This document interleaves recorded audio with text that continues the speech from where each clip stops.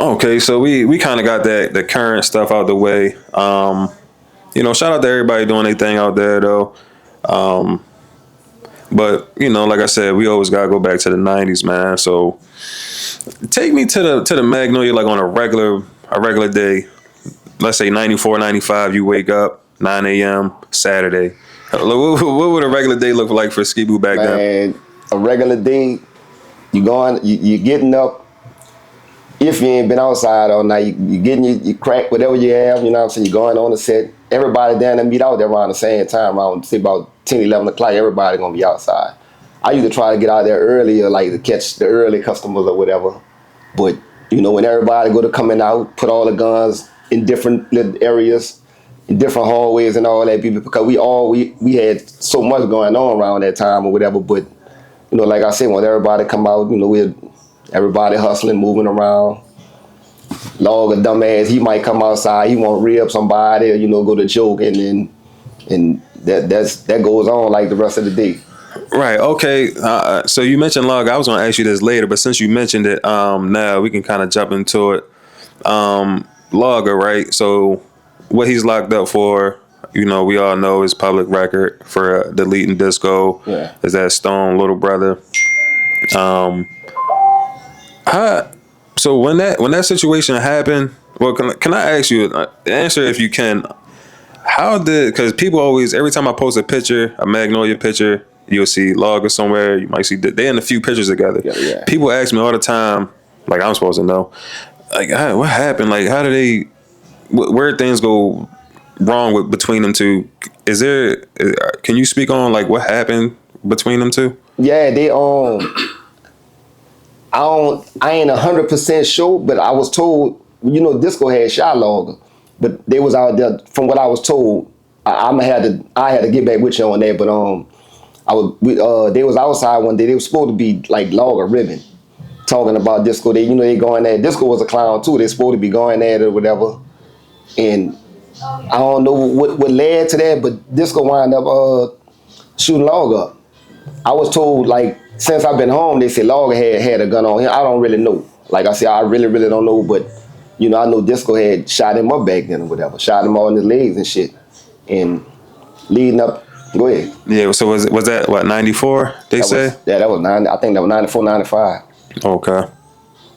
And so after that, obviously they going to be at odds. So another, like, internet rumor regarding them, too, is, Logga, that what he down for now happened like 20 years later. Yeah. A lot of people say that he waited till Stone died to retaliate, I guess, against Disco. Is like, how you feel about when people say that? And have you heard that? Because I don't want you to think I'm making shit up. No, you ain't making that up. That was definitely a rumor. I heard that too, but I don't feel fucking ain't like he knew Stone was gonna die. You know what I'm saying? I feel like I had talked to him about the situation after he went to jail.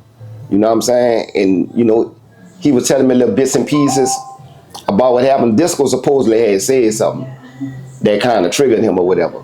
You know what I'm saying? And, you can't tell people like how to feel. Even though, what Disco did him, it was years ago. I felt the way about that, when that happened, whatever.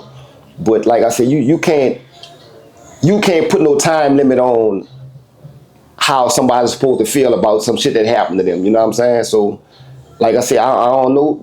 We talked about it a little bit, and he was telling me kind of like why he did the shit. And he told me, he said, if I was out there, he wouldn't have done it. He said, if I was out there, it would have never happened. I was the only one really from our, that was home at the time. Me and y'all live in Texas. If me and y'all was there, I know it wouldn't have happened. You know what I'm saying? So. You talking about Logga said that to you? Yeah. Okay. He told. Yeah. So you think that if you were there, it wouldn't have happened? I know it wouldn't have happened. So you saying that from what you heard, because I'm over the 20 years, I'm pretty sure they were seeing each other. So did it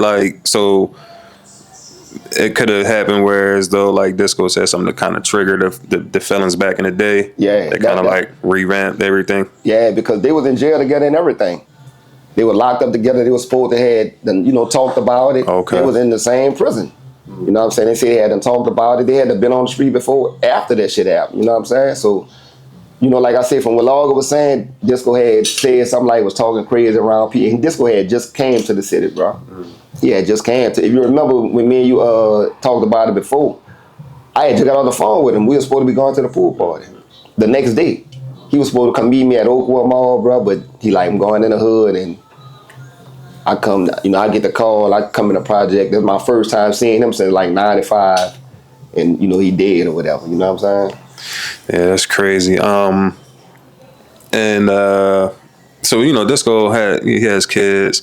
Do you have a relationship with his kids to this day? Yeah, with his mainly with his son. I told Okay. say, bro, look, I talked to his daughter. It was probably about 2-3 months ago. We it be in some of the same clubs or whatever. But I mean that when I seen her come in there, I always holler, we always hug each other, greet each other. Me and her tight. Me and her tight. But this particular Sunday, bro, when she came in there, she come hug me. And I asked, I'm like, you know, you straight, you want a drink? She like, give me a drink. I'm at the bar about to get the drink for her. When I gave her I gave her the drinks. When I turned around, she pushed me in my back. So I'm like, what's up? She said, I'm mad at you.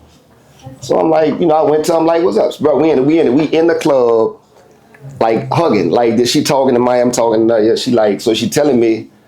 So I'm like, what you mad at me for? She said, I'm mad at you for talking to that nigga. That's what she said to that nigga. I'm like, man. So I had to, and I'm talking, we went about 10 minutes, we talked, and I had to make her understand. I'm like, bro, all us was friends, like, cause I felt like, I know I was expected to take care of that.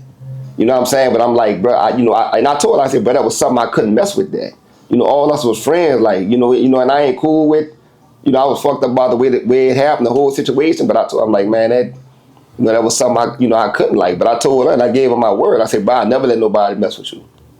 And I stand on that. And yeah, I'm pretty sure she respected that. Because I mean, I put you in because you cool with both. Yeah. So it kind of put you in a bad place. I mean, I know back in the day before I even interviewed Logga, I was setting up for my first interview. You was the one putting me on the phone with him. Right. Right. And then I remember this was years ago. We were setting it up. I told Gangsta, like, I'm about to get Logga. He backdoored me, got Logga on his platform. I said, hey, I'm 95 Gangsta right there. That hot boy shit still in him. Wayne wasn't lying. Backdoored me. I said, Right. That's my dog, though. Anyways, okay, speaking of hot boys, right? But yeah, the close on that, like I said, you kind of stuck though. That's kind of a tough position for you to be in. Yeah. But that's cool that she understands where you coming from and your perspective. But speaking of the hot boys, right? The original and the rap group. So Dooney was Gangsta was locked up, but Dooney was still living. The other two had been passed. But while Dooney was still alive, the Hot Boy rap group, they was kind of, they was big. Did he feel any way? Like, was he proud of the name kind of living through them? Or did he feel like they owed him a check, or did he didn't care?